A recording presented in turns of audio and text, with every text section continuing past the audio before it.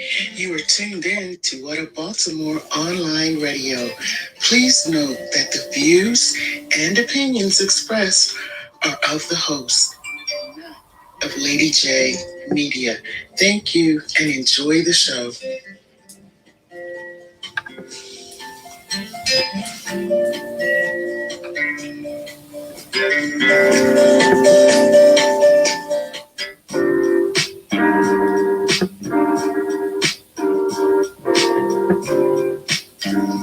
Thank you for joining Mental Wellness Coaching with DWendell. Your session begins right now.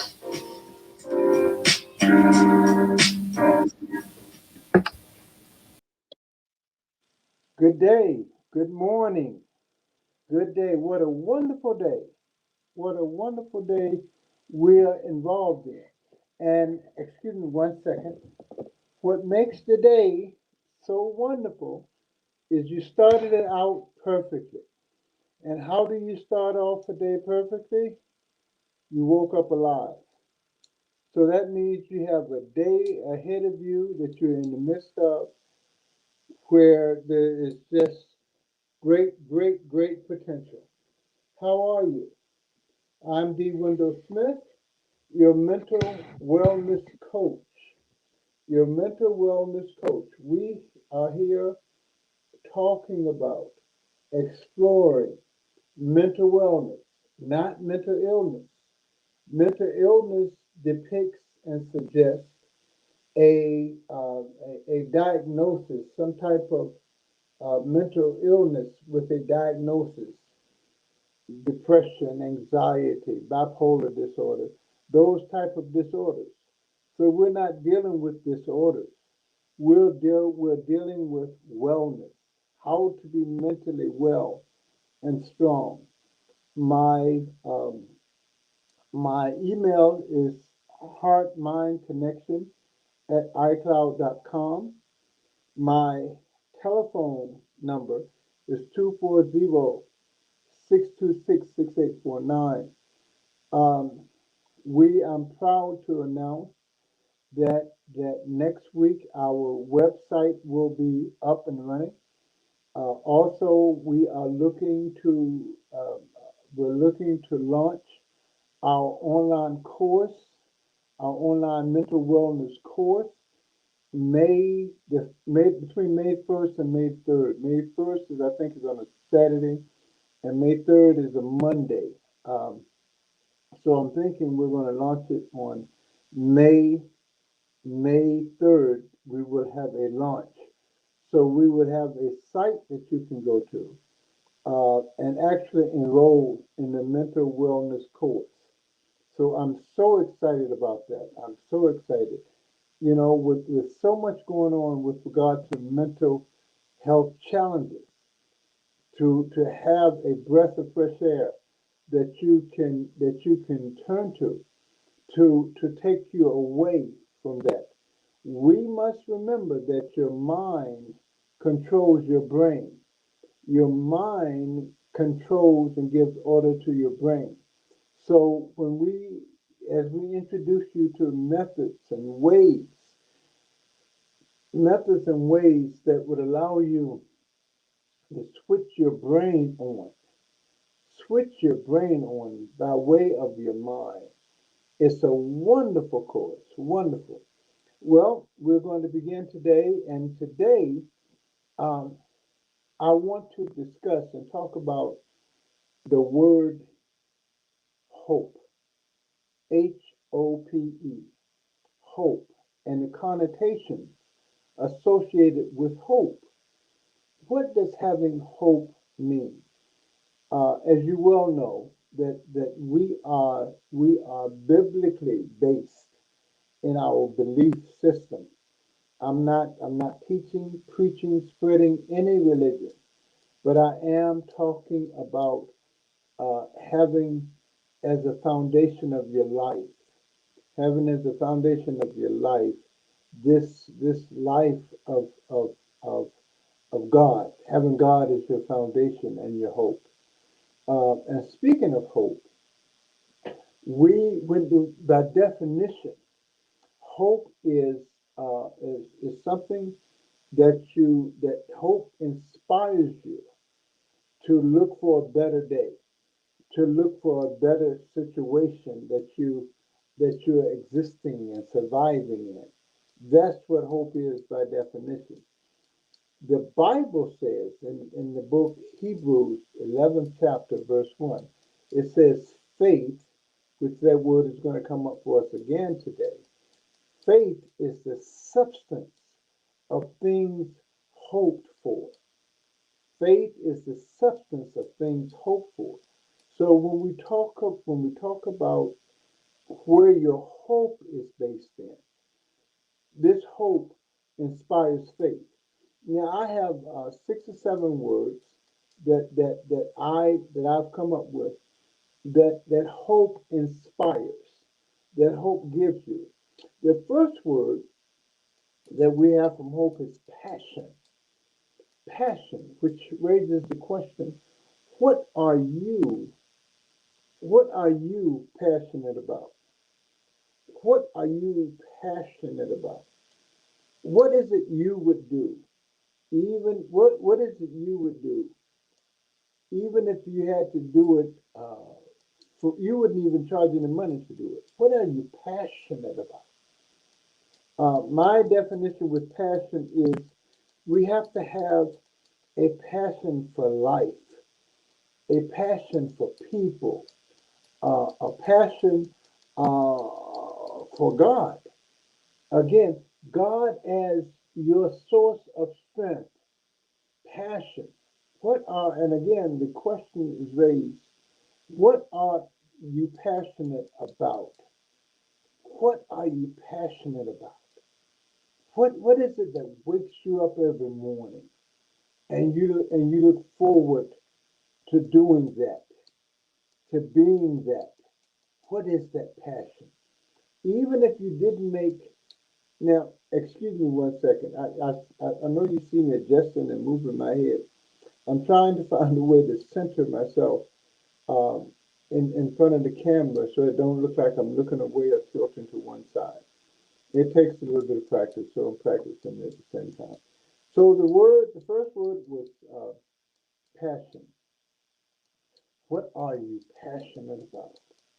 What drives you? What motivates you?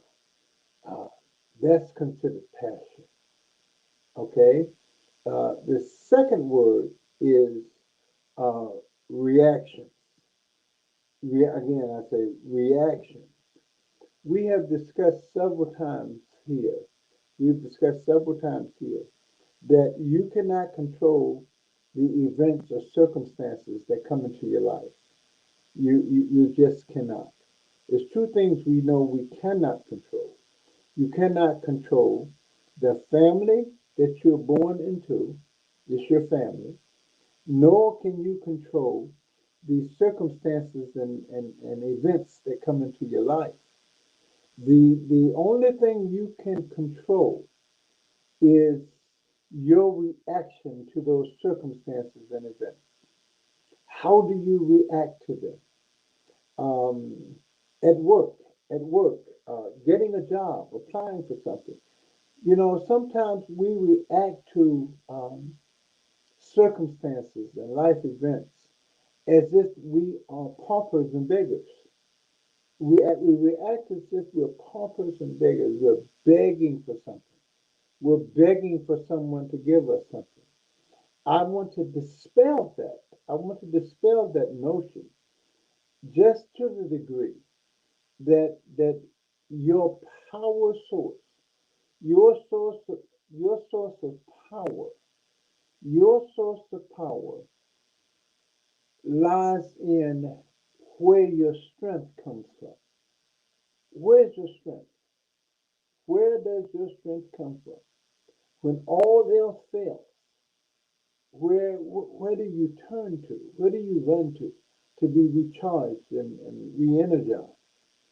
One part of reaction I know, like with your employer, understand whoever you're working for or working with, you're there for one reason only.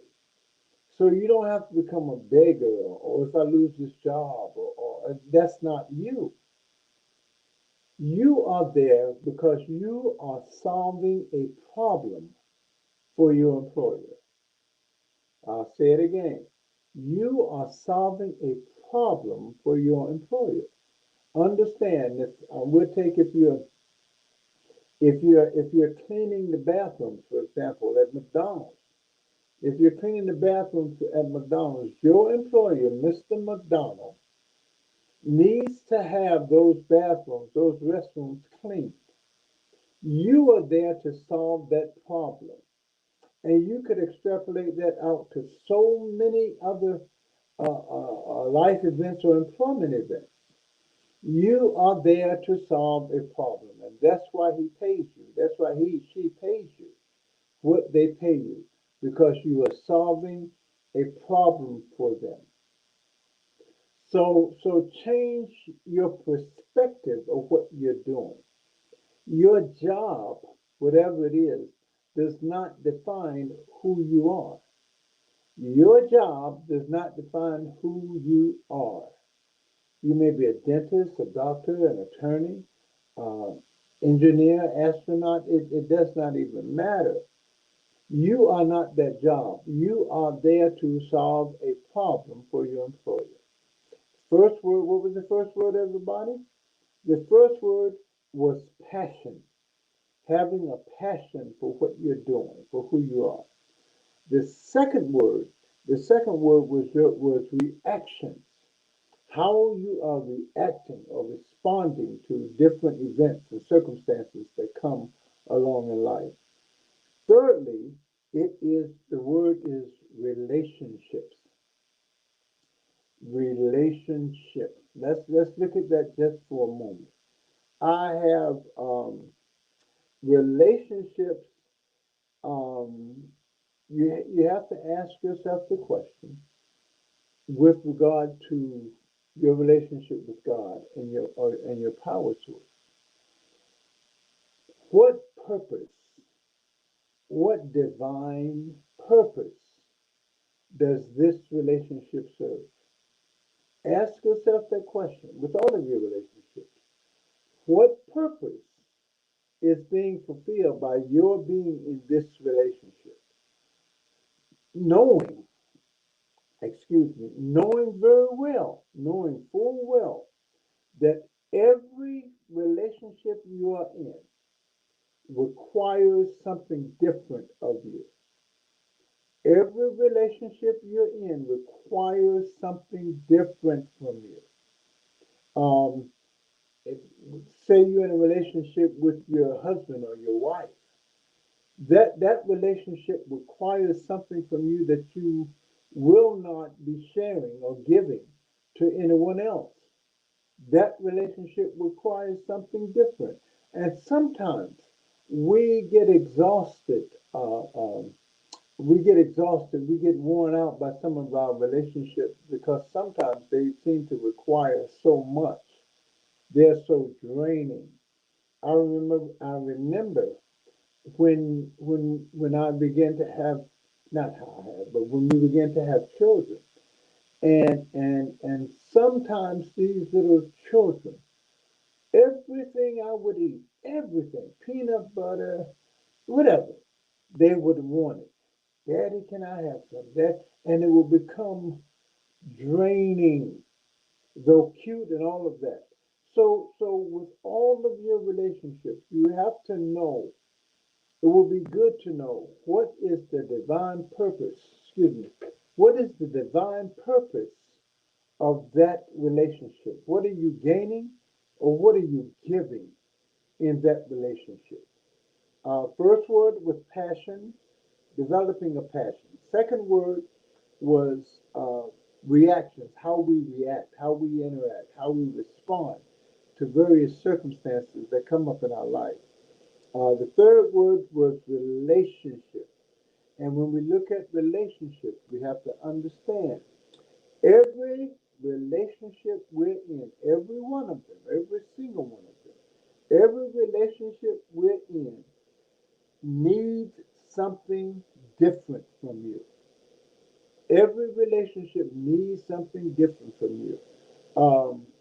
Lady J has a show coming up, I think, on the radio this evening at 6 o'clock about uh, uh, relationships as far as men and women stepping out with regard to each other, and how men cheat up and women, whatever, something along relationships between men and women, and sometimes relationships go a different way. Listen to her this evening.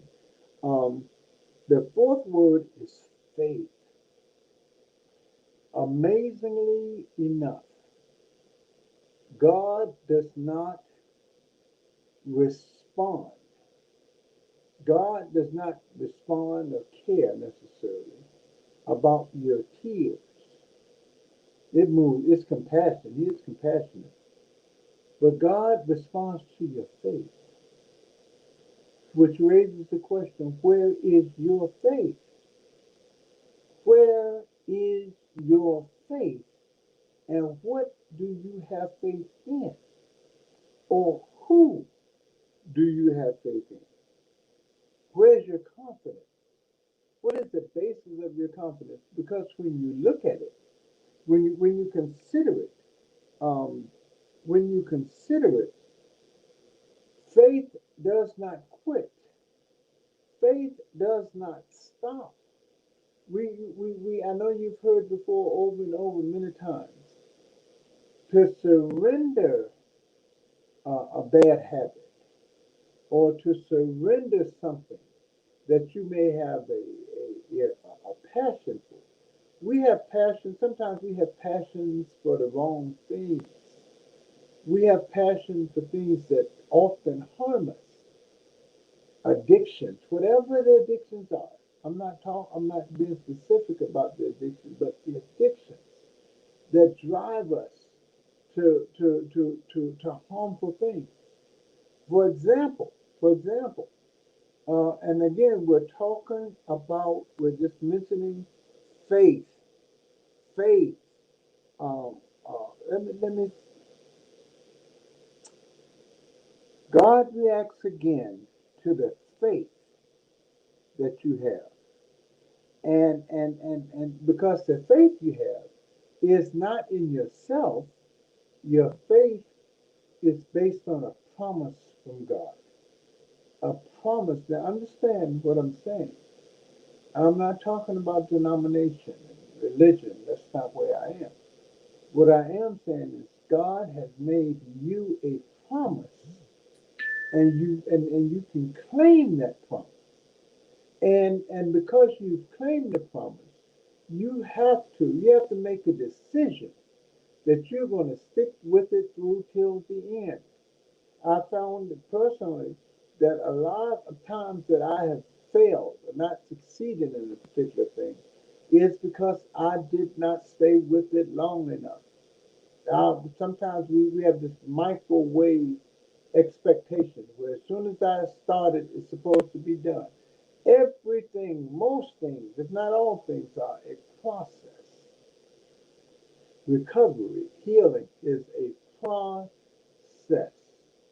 So again, where's your faith? Now, the question comes up, how do you build up your faith? Which is an excellent question. You build your faith by finding, claiming, holding on to a promise from your power source. Holding on to a promise from God.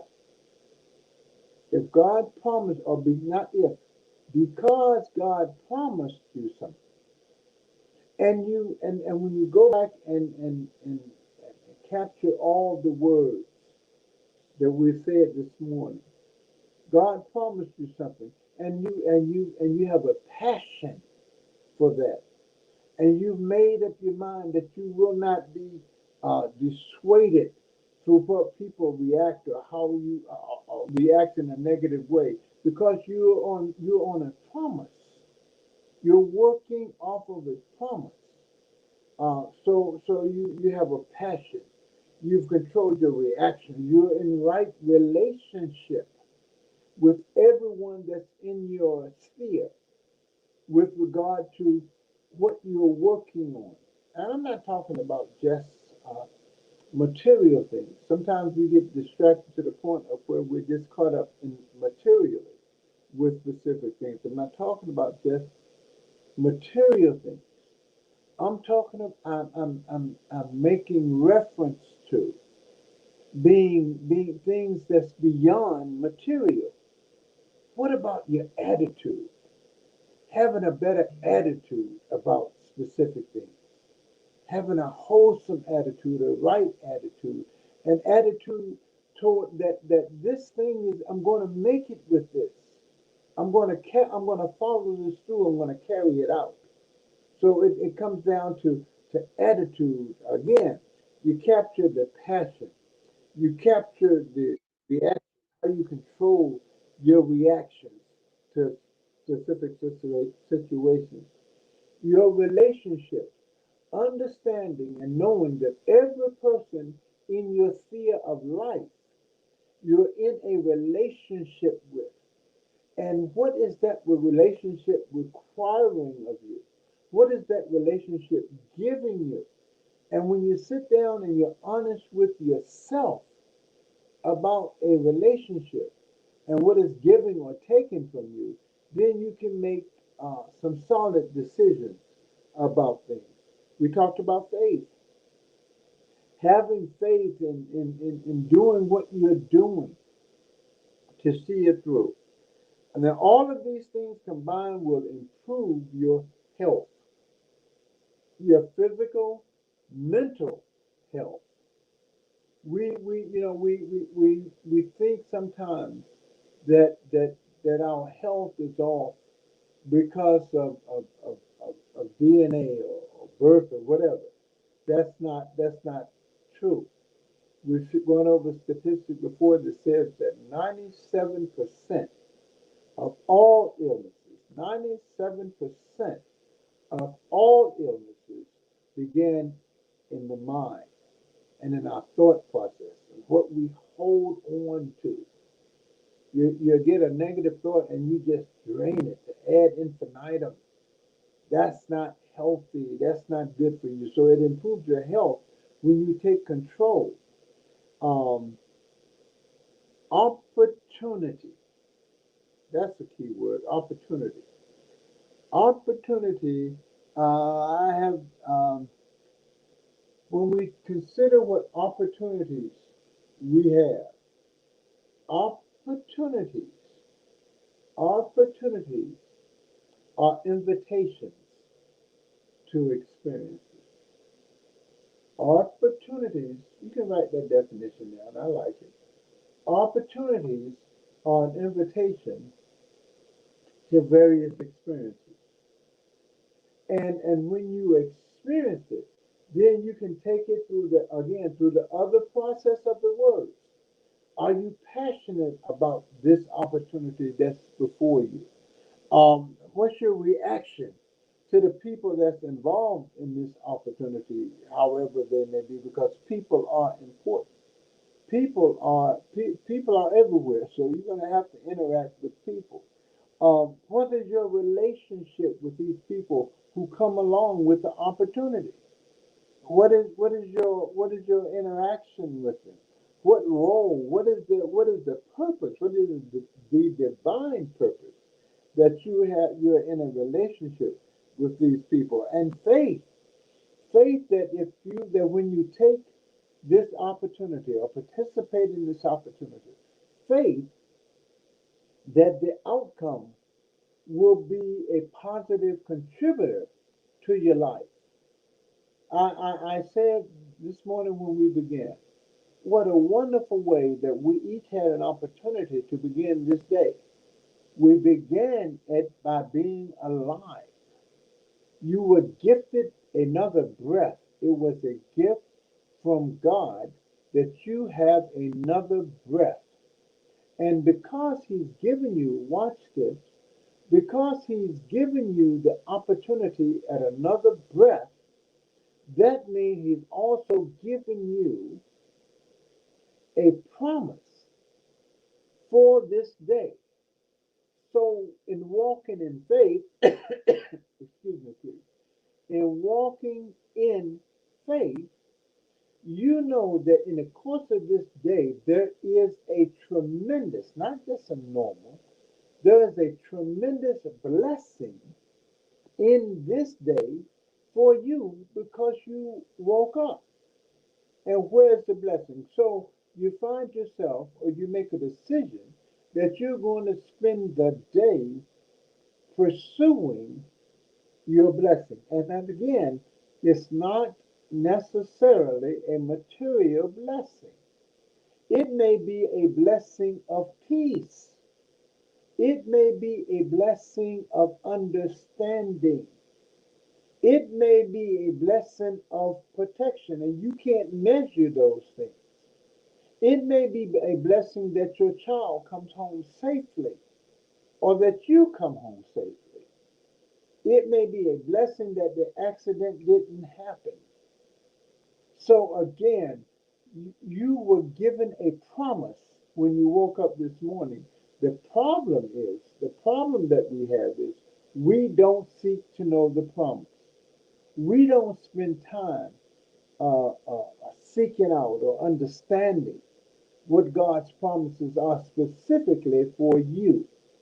Specifically, we know that what God has for you, and again, I'm not talking about religion, what God has for you has your name specifically on it. I got a package today, and this package has my name on it. I don't know if you can see it. It has my name on it.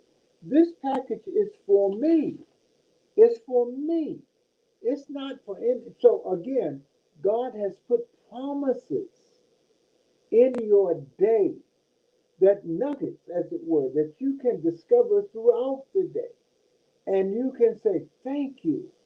Thank you. What a wonderful gift. Okay, I'm not going to stay on that point. That was opportunity. Focus. This is very important. This word is extremely important. Um, the first word was passion. Reaction, how you react to circumstances and things that come up. Relationships, the third word, relationships. What is the divine purpose of your being in this relationship? Some you meet a gentleman or a lady, and you enter into a relationship with them for whatever reason. Lady J, Charlene went to a lady's home apartment, I think it was last week, who had some infestation problems. Charlene was in a relationship with this lady. They're in a relationship. So Charlene's purpose for being there, divine purpose for being there, was to render or to find some resources and assistance for this lady. Again, you have to understand, you have to question what's the purpose of the relationship. And why? It's a divine purpose and something to be accomplished. Okay, we said passion, reactions, relationships, faith, health, opportunity, focus. Hmm, excellent word. Focus. What do we mean by focus? I would ask you a question. What in your life, in your day, what has the ability, what has the ability to hold your attention? What has the ability to hold your attention? Hmm. Some people, it may be alcohol. Some people, it may be drugs. Some people, it may be the pursuit of these things. Some of us, see, it may be our children.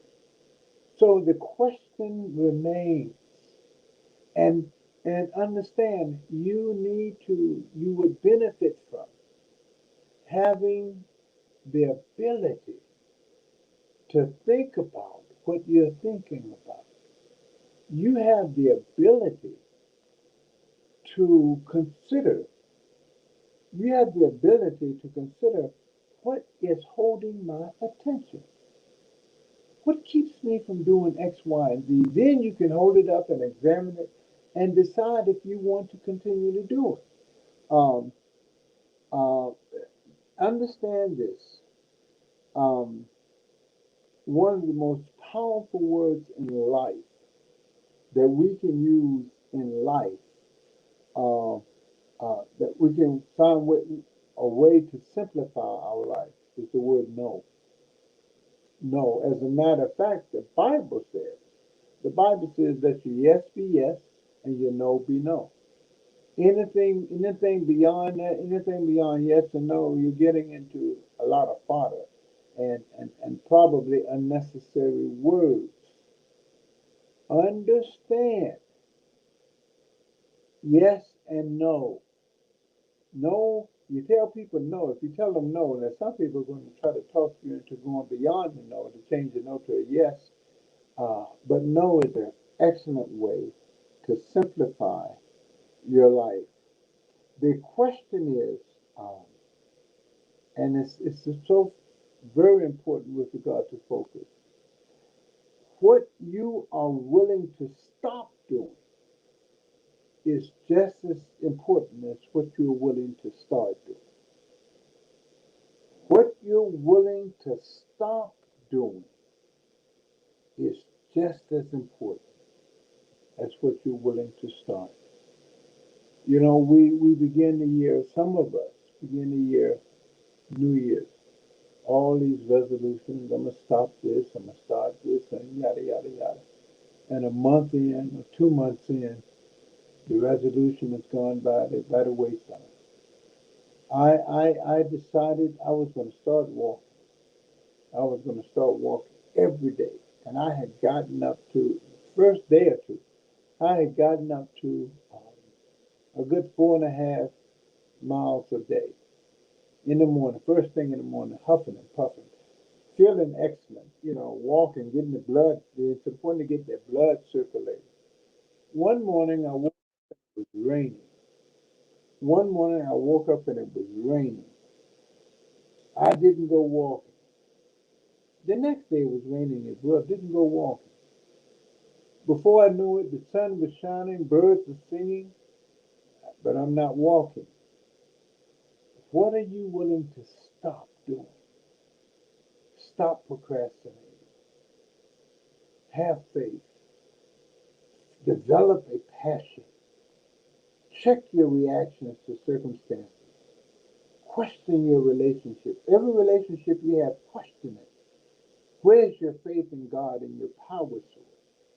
What opportunity is presented before you today? Remember, opportunity is a chance at an experience, a lifetime experience. Your faith, your health, your opportunity, your focus.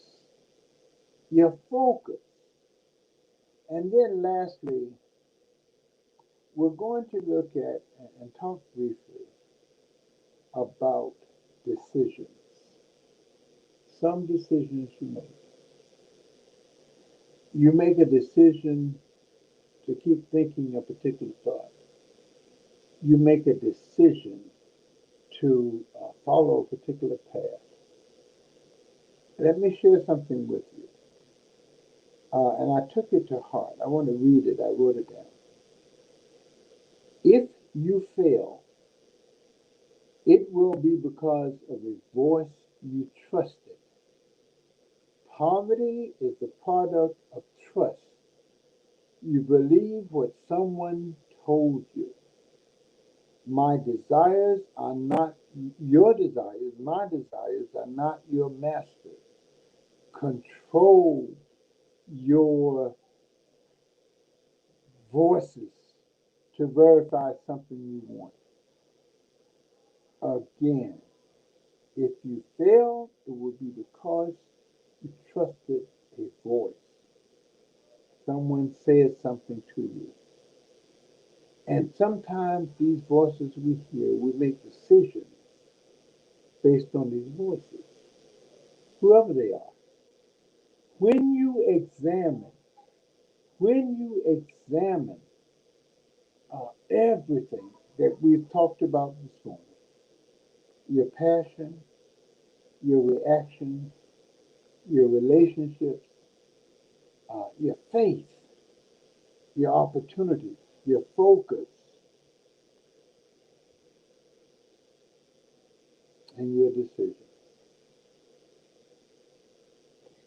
Again, this is DWendell Smith, your mental wellness coach, coming to you, thanking you for this opportunity. Thank you for spending an hour with us, with me. I hope I hope all these things are spurred on by hope. I hope that the things we share today, you take to heart and allow to make a difference in your life. Because you can be mentally well. You are mentally strong. Indeed. My telephone number, I want to thank you all who have been giving support. I appreciate that. We appreciate it. Next week, I will announce my website, the website that you can go to, and the launching of the mental wellness program. It's an online program that you can follow through, and you will be in a totally different position at the end of the program. You will be in mentally, you will be in a totally better position. You would have found a way to switch on that circuitry in your brain that brings and adds life. Thank you so much. My telephone number again is